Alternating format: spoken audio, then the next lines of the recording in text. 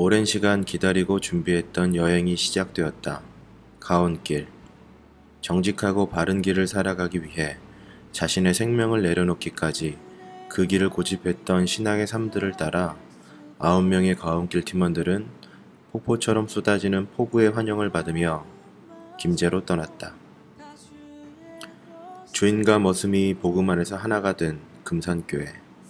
가온길 전도 순례 여행의 첫 번째 여행지는 전라북도 김제에 위치한 금산교회였다. 금산교회는 1908년 미 남장로교회 파송 선교사 케이트 선교사에 의해 세워졌다. 금산교회가 위치한 전라북도 모악산 일대는 예로부터 미륵 신앙이 결집된 곳으로 민족 종교와 신흥 종교가 발생하던 지역이었다.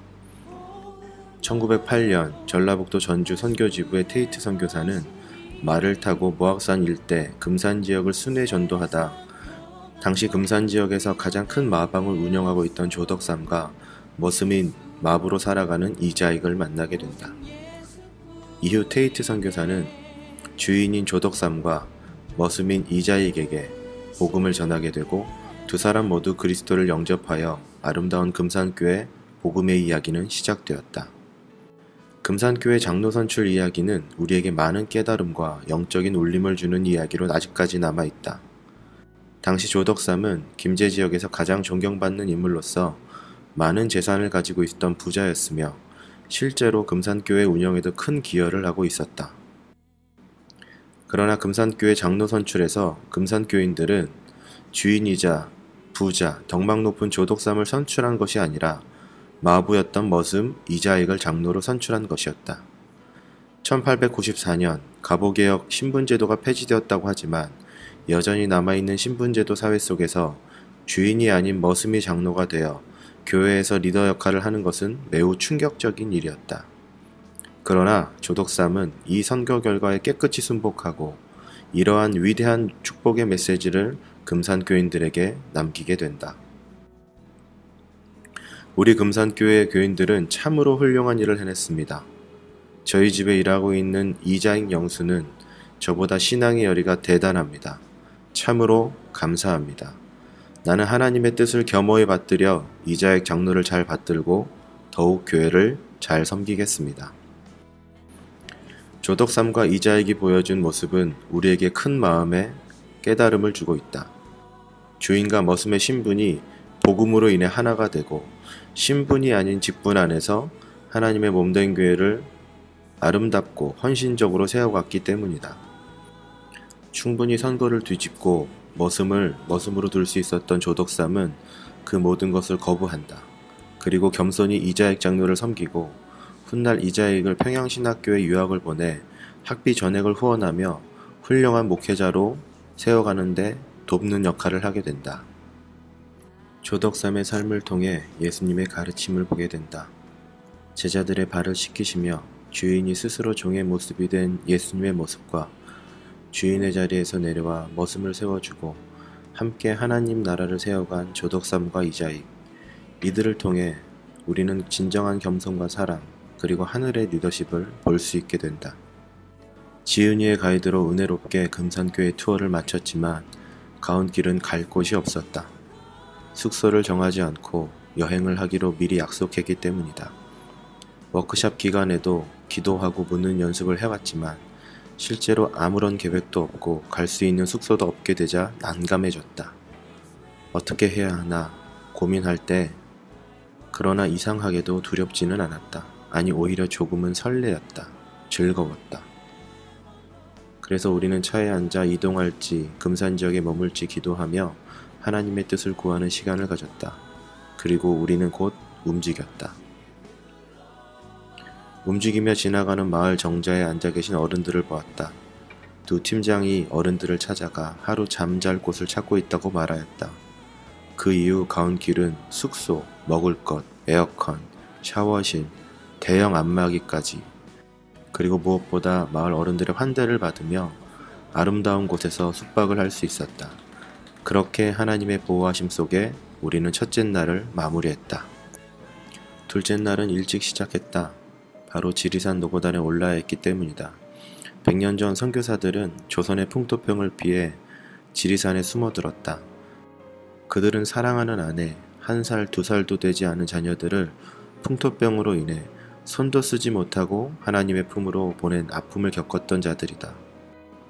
생명을 보존하기 위해 6월 말부터 9월 말까지 풍토병이 창궐하는 시기에 선교사들은 지리산 높은 산에 올라야 했다. 가온길은 그 생명의 길, 십자가의 길을 함께 걸어 올라 지리산 노고단에 있는 선교사들의 피난처를 직접 찾아가 보기로 했다. 지리산 노고단은 차로 1시간, 그리고 걸어서 3시간의 산행 끝에 오를 수 있었다. 겨우 3시간의 산행으로 가온길은 완전히 녹초가 되었는데 100년 전 선교사들은 말을 타고 하동에서 구례에서 걸어와 이 험악한 산을 맨몸으로 올랐다고 하니 상상이 되지 않았다. 그들은 어떤 생각으로 이 생각을 올랐을까? 3시간의 산행 끝에 지리산 대피소에 도착하였다. 올라오는 동안 안개와 습한 구름이 하늘을 가렸는데 정상에 오르니 시원한 하늘과 뜨거운 태양이 가온길을 맞이해 주었다. 아무리 찾아도 보이지 않던 지리산 선교사 피난처를 겨우 가온길은 찾을 수 있었다.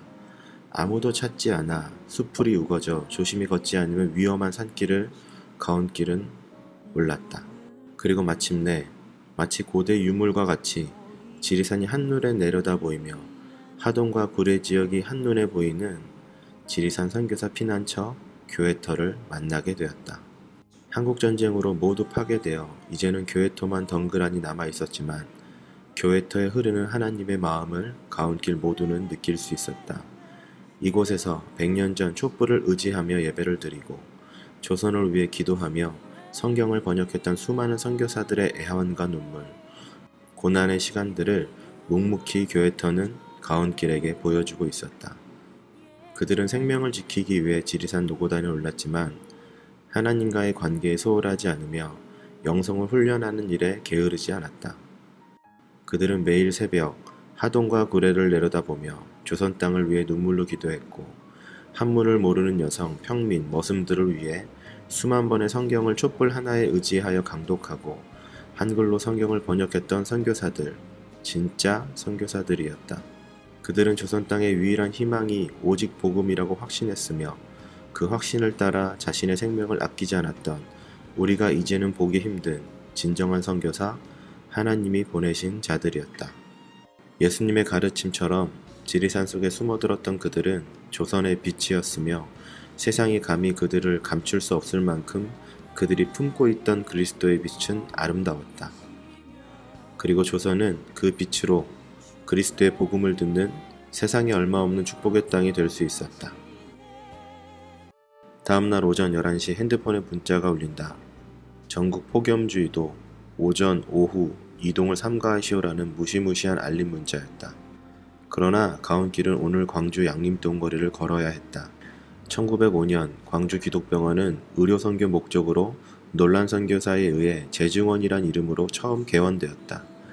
이어 1911년 현재 광주 기독병원 위치에 병상 50개 규모의 첫 병원 건물이 건립되고 일제강점기에 일시적으로 병원이 복음을 전한다는 이유로 폐쇄되기도 하였지만 6.25 전쟁 이후 다시 한국을 찾은 논란 선교사와 콜링턴 선교사의 헌신으로 다시 재개원하게 된다.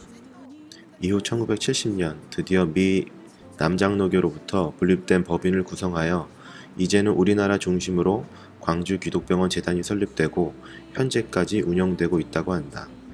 100년 전 선교사들에 의해 뿌려진 작은 미랄이 이제는 10배, 100배, 1000배의 열매를 맺어 우리 가운데 함께 숨쉬고 있는 것이다.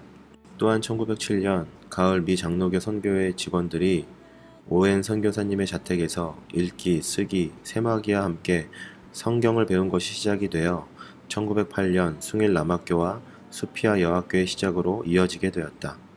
특히 수피아 여학교는 일제강점기 시대에 많은 독립운동을 활발히 전개한 중심지였고 수많은 학생들이 수피아 여학교를 통해 그리스도를 주로 영접하는 일들이 일어나게 되었다고 한다.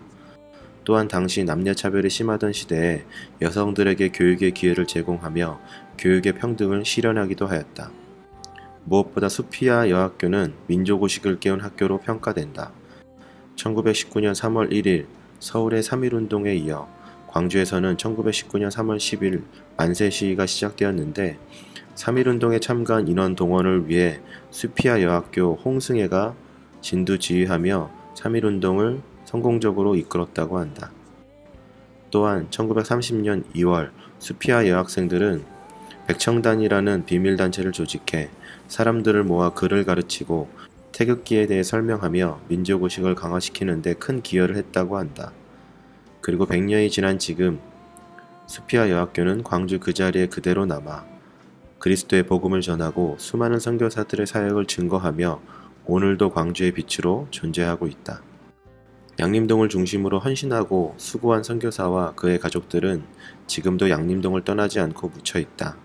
호남신학교 뒤뜰에는 호남선교의 아버지 유진벨과 수많은 선교사님들의 묘지가 있으며 그의 자손들의 무덤도 함께 묻혀 있다. 무덤을 둘러보면 알 수 있는 것처럼 그들의 나이는 1살, 2살, 아니 태어나자마자 하나님의 품으로 떠난 아이들의 묘도 함께 묻혀 있다. 100년 전 여우굴, 무덤의 땅 양림동으로 들어온 선교사들의 헌신과 수고로 지금 우리는 한국의 예루살렘, 양림동을 걷게 된 것이다. 믿음의 씨앗이 뿌려진 이후 100년 정도가 흘렀다.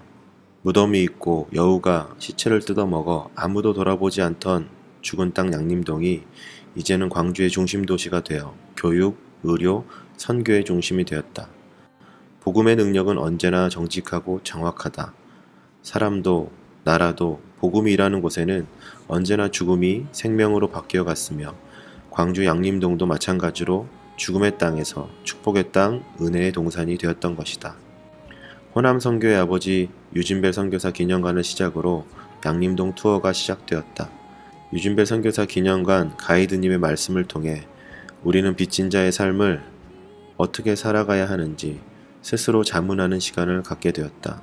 무엇보다 이토록 많은 사역과 열매를 맺은 선교사님들을 그동안 우리는 왜 잊고 살아왔는지 우리 자신을 돌아보는 시간이 되었다. 유진벨 선교 기념관에 서서평이라는 선교사님이 계신다. 평생 교육과 의료에 헌신한 그녀의 말 한마디가 우리의 마음에 지금도 울림으로 남아있다. 성공이 아니라 섬김이다. 기독교에서 순교는 가장 고귀한 예배이자 하나님을 향한 온전한 헌신이다.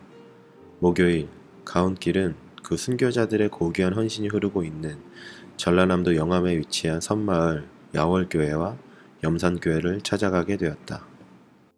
야월교회에서도 호남선교의 아버지 유진벨 선교사님의 흔적을 볼 수 있었다. 1908년 4월 5일 유진벨 선교사는 배를 타고 목포로 이동하던 중에 야월리에 정착하게 되고 주민들에게 복음을 전하며 야월교회는 시작되었다.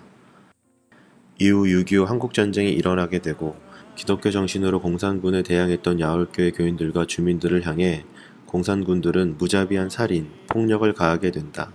그 반감은 점점 커져가 1950년 9월부터 10월 사이에 공산군에 의해 야월교인 전원 65명이 차례대로 순교하는 참사를 겪게 된다. 어른, 어린아이 할 것 없이 모두 몽둥이에 맞아 순교하거나 교회와 집에 불을 질러 많은 교인들과 주민들이 순교했다고 한다. 가온길은 당시 9살의 나이로 생진호에 있던 이제는 100발의 노인이 된 한 어르신을 뵐 수 있었다. 그때 1950년 6.25 때 그때 이 섬에서 제가 41년에 태어나가지고 그때 9살 먹었었어요. 그래서 그때 저는 죽지 않고 살아가지고 하나님께서 이렇게 나중에 산 증인의 일꾼을 쓰시려고 제 목숨 그때 살려주셔가지고 한국전쟁 6.25가 터지자 안타깝게 전교인 65명이 다 순교를 나가셨어요. 우리 야월교회 성도님들이 아무 죄 없어요. 이 섬에서 아주 좋은 일만 하신 분들입니다. 그런데 다만 야월교인이고 예수 믿는다는 그런 재밖에 없어가지고 65명 전 가족들이 다 순교를 나갔어요. 야월교회에서 분립되어 시작된 교회가 바로 야월교회에서 약 4km 떨어진 염산교회이다. 염산교회는 특이하게 교회 앞마당에 순교자들의 합동묘지가 있다. 염산교회는 지금도 오고 가며 그 순교자들의 합동묘지를 보고 순교자들의 고귀한 신앙을 늘 돌아보며 살아가고 있다고 한다. 당시 염산교회 담임 목사였던 김방호 목사는 염산교회로 부임한 지 한 달도 되지 않아 공산당들에게 아내 그리고 자녀들 모두가 순교하였고 김방호 목사 일가족을 비롯해 염산교인 77명이 그리스도의 복음을 믿는다는 이유로 염산교회 앞 바다에 목에 돌이 매달려 수장당해 순교하게 되었다. 야올교와 염산교회 순교자들의 특징 중 하나는 모두가 그 순교의 길을 피하지 않았다는 것이다. 섬마을이라 교통이 없던 시절 배를 타고 도망칠 수 있는 길이 있었음에도 불구하고 사랑하는 교회와 교인들을 두고 떠날 수 없다고 하시며 결국 그 순교의 열차에 몸을 맡기셨다는 것이다. 순교자의 고귀한 희생과 주를 향한 온전한 사랑이 흐르는 야올교회와 염산교회는 가온길 팀원들에게 적지 않은 충격을 가져다 주었다. 무엇 때문에 이분들은 가장 귀하다는 생명과 고난을 거부하지 않고 그 길을 가셨던 것일까? 그 어린 것들을 이 앞에 바다에 끌고 나가서 바다 물속에 빠져 죽여서 예수 믿으라고 그 이유 때문에 그때 보니까 3살짜리가 연인이 옆에서 끌려가는데 엄마를 찾으면서 그렇게 많이 울을 때 얼마나 무서웠겠어요? 그때 15살 모나이가 옥자였는데 옥자가 동생을 업고 가면서 동생들 달래주라고 그래요. 울지 마라. 우리는 지금 천국 가고 있단다. 사실 이제 죽으러 가고 있잖아요. 그럼에도 불구하고 그걸 알면서도 동생들에게 천국 가니까 울지 마라고 달리면서 이제 순교 현장에 가서도 무서워하지 않고 하나님 앞에 기도하다가 동생을 업고 그대로 던짐받아 죽임을 당했어요. 가온길은 당시 15살 한 여학생이 순교의 길을 가며 했던 말을 통해 그 답을 어렴풋이 찾게 된다. 가온길의 여정이 이제 마무리되어 간다. 증도는 작은 섬이다.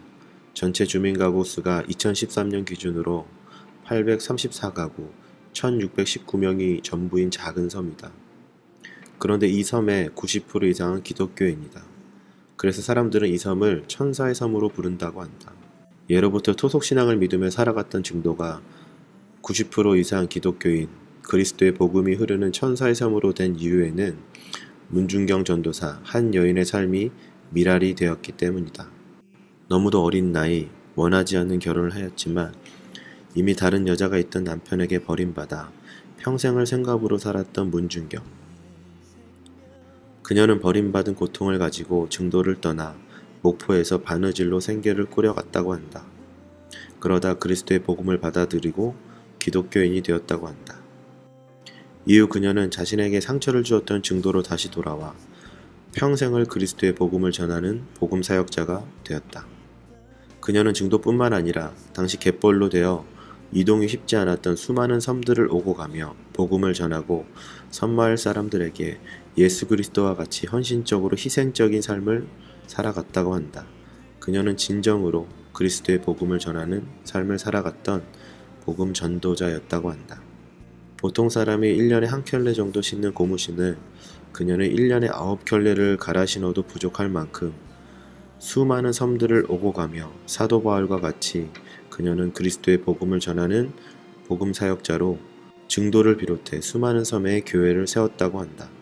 6.25 한국전쟁이 시작되고 공산당에 끌려 목포로 이송되었던 문중경 전도사는 목포에 도착해서야 해방이 되었다는 사실을 알고 풀려나게 된다.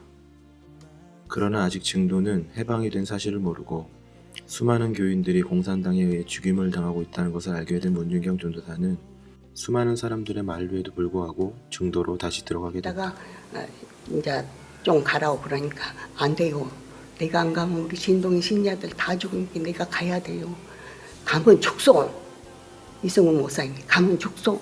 죽어도 좋소. 그러고 이제 한 사고 살 길도 있었는데 뿌리치고 진동이교회 가가지고 그 놈들한테 붙잡혀서 증도에 들어가 다시 공산당에게 붙잡힌 문중경 전도사에게 공산당들은 새끼를 많이 깐 씨암탉이라고 말하며 긴 죽창으로 그녀의 몸을 찢어 놓았고 고통으로 소리쳐 몸부림치는 그녀를 향해 공산당은 총을 쏘았다.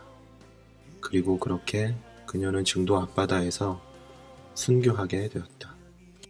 증도를 자신의 생명보다 사랑했던 한 여인, 남편에게 버림받아 생갑으로 평생을 살아갔던 한 여인, 그리스도의 복음을 통해 기독교인이 되고 1년에 9켤레의 고무신을 갈아 신으며 복음을 전했던 한 여인, 그 여인이 뿌린 복음의 씨앗, 순교의 피는 지금도 증도에 남아 전 섬마을 90% 이상이 기독교인이 되는 이해할 수 없는 일들을 우리 곁에 남겨두었다.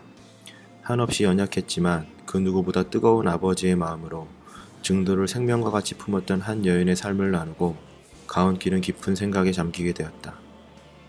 우리는 정말 사랑을 알고 예배하고 있을까? 우리는 정말 사랑을 알고 헌신하고 있을까? 그녀의 삶을 통해 가온길은 예수 그리스도의 사랑을 보게 된다. 한 잃은 영혼을 찾기 위해 갯벌을 걸었던 문준경 전도사, 사랑하는 교인들을 구하기 위해 죽음의 길 증도로 다시 들어간 문준경 전도사. 사람들마다 사랑을 말한다. 그리고 사랑하라고 말한다. 그러나 진정한 사랑을 말하거나 보여주거나 실천하는 삶을 보기는 힘들다.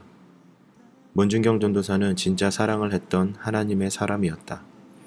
그리고 그 사랑의 씨앗은 증도에 뿌려져 증도 90% 이상의 주민이 기독교 복음을 받아들이게 하는 하나의 미랄이 되었던 것이다.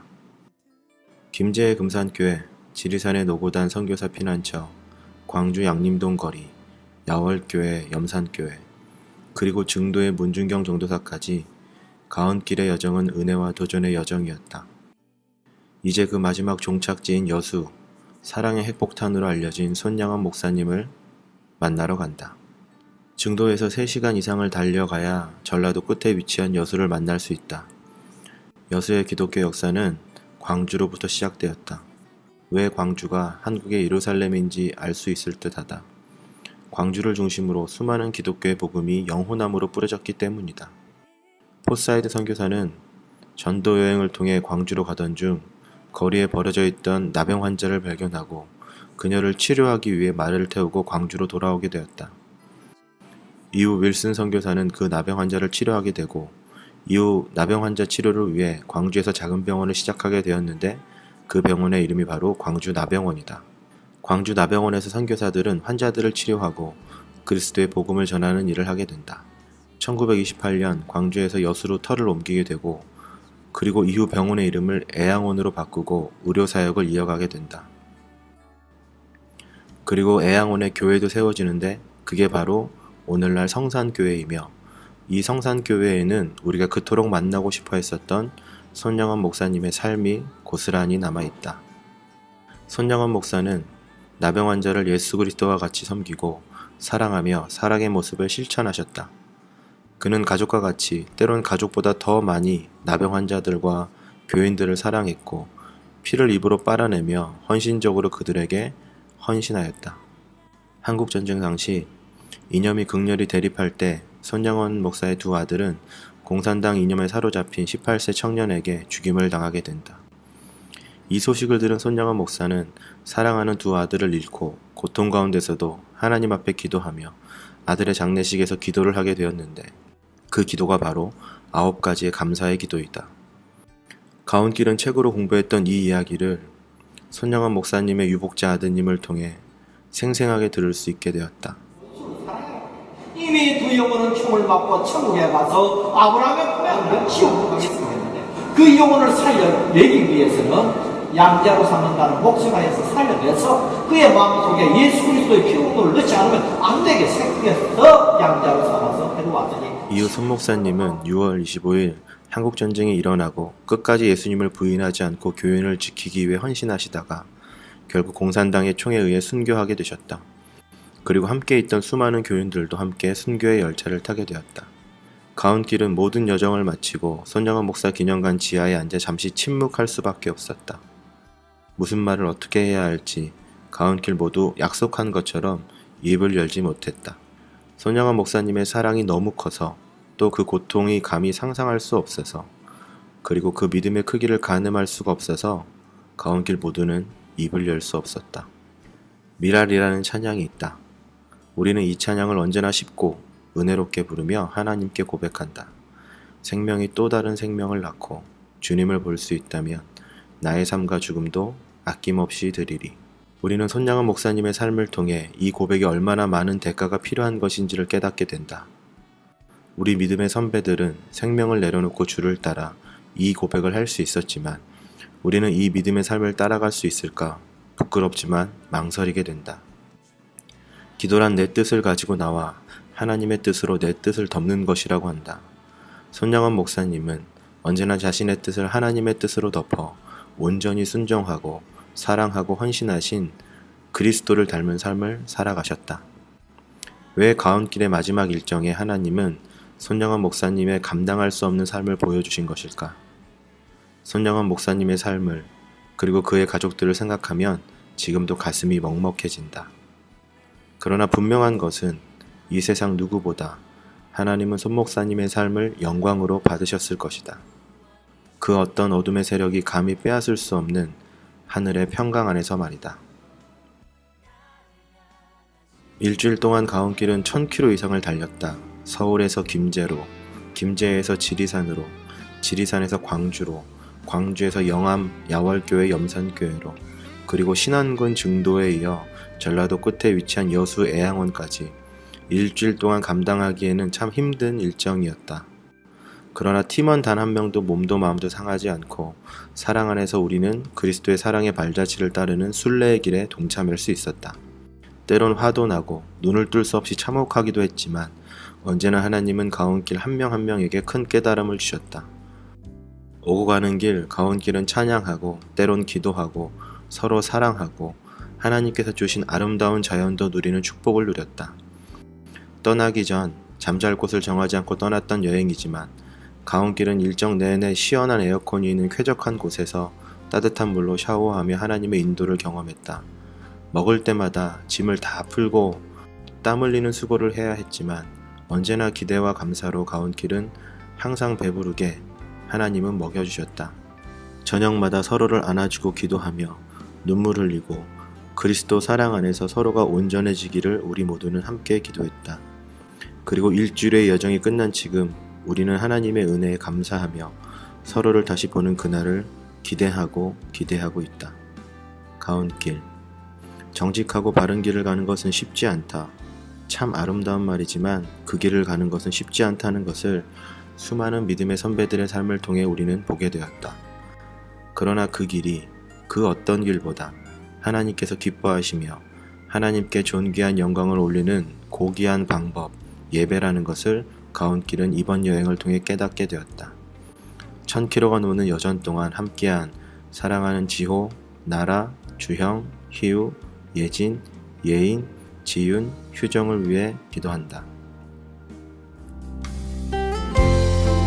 칠흑 같은 어둠 속에 있어도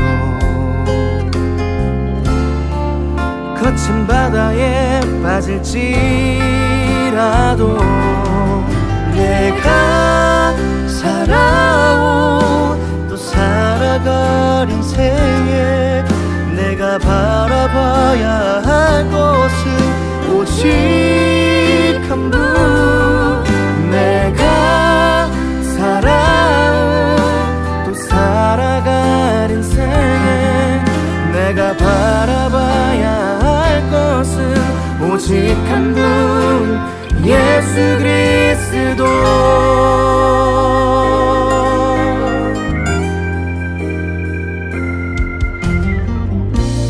때론 부정하고 외면하려고 해도 내가 걸어온 길 걸어갈 길 할 수 있던 건 하나 없었네. 하지만